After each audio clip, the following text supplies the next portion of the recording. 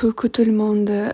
Alors, j'ai essayé de faire ce petit format du podcast. Ne jugez pas le mot vidéo.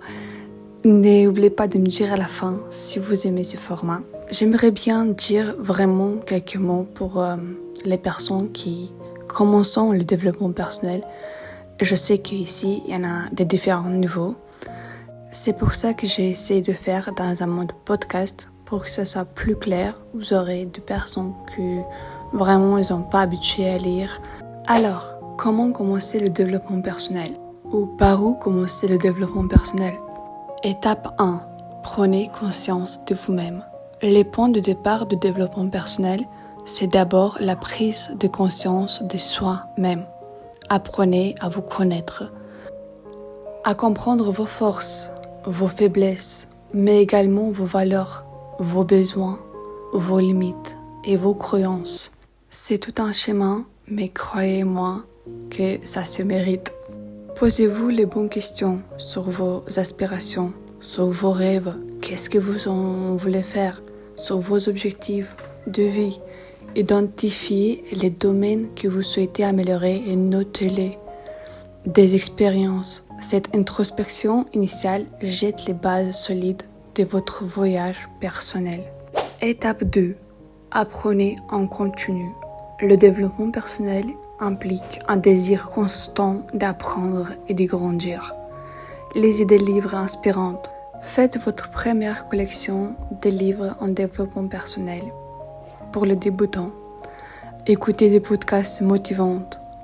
Entourez-vous avec des personnes avec qui vous pouvez avancer dans votre parcours, avec qui vous pouvez parler ouvertement de votre ressenti, de votre expérience.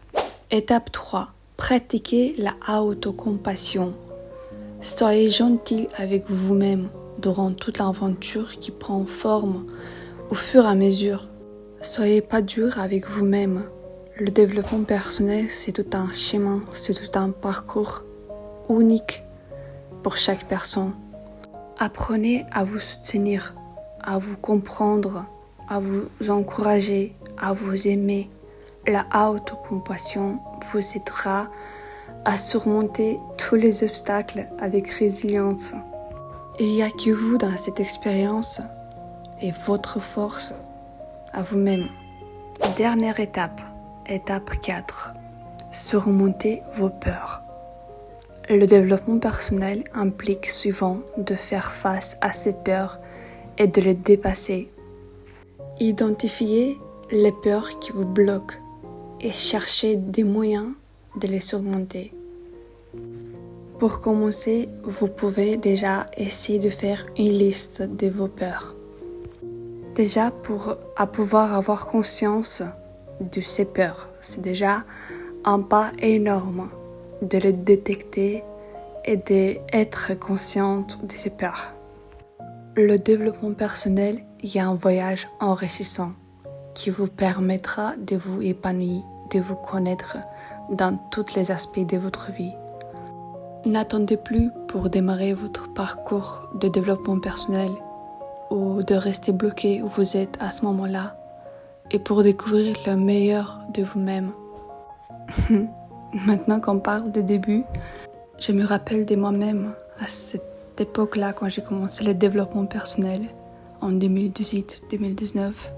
Ça n'était pas comme si que je voulais me lancer dedans. C'était les circonstances de ma vie, les moments que j'ai traversés à ce moment-là qui m'ont poussée. Et je suis tellement reconnaissante quand j'ai pris conscience que ça peut être en avant, après de moi-même, entrant dans cette période de développement personnel. Je me rappelle que je sentais une peur. Je sentais une peur de me découvrir moi-même. Je me sentais très faible. J'avais pas confiance en moi. Ça a été un long chemin et remarquant. Et j'en suis fière de moi aujourd'hui.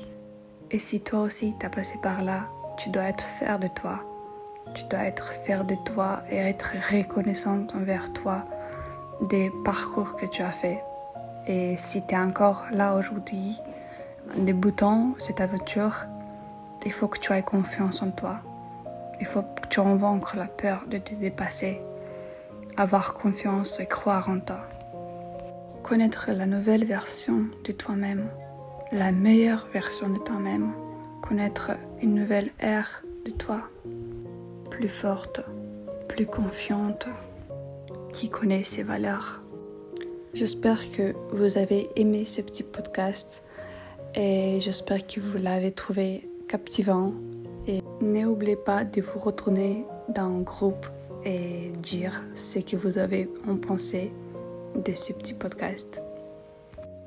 Belle journée à toi.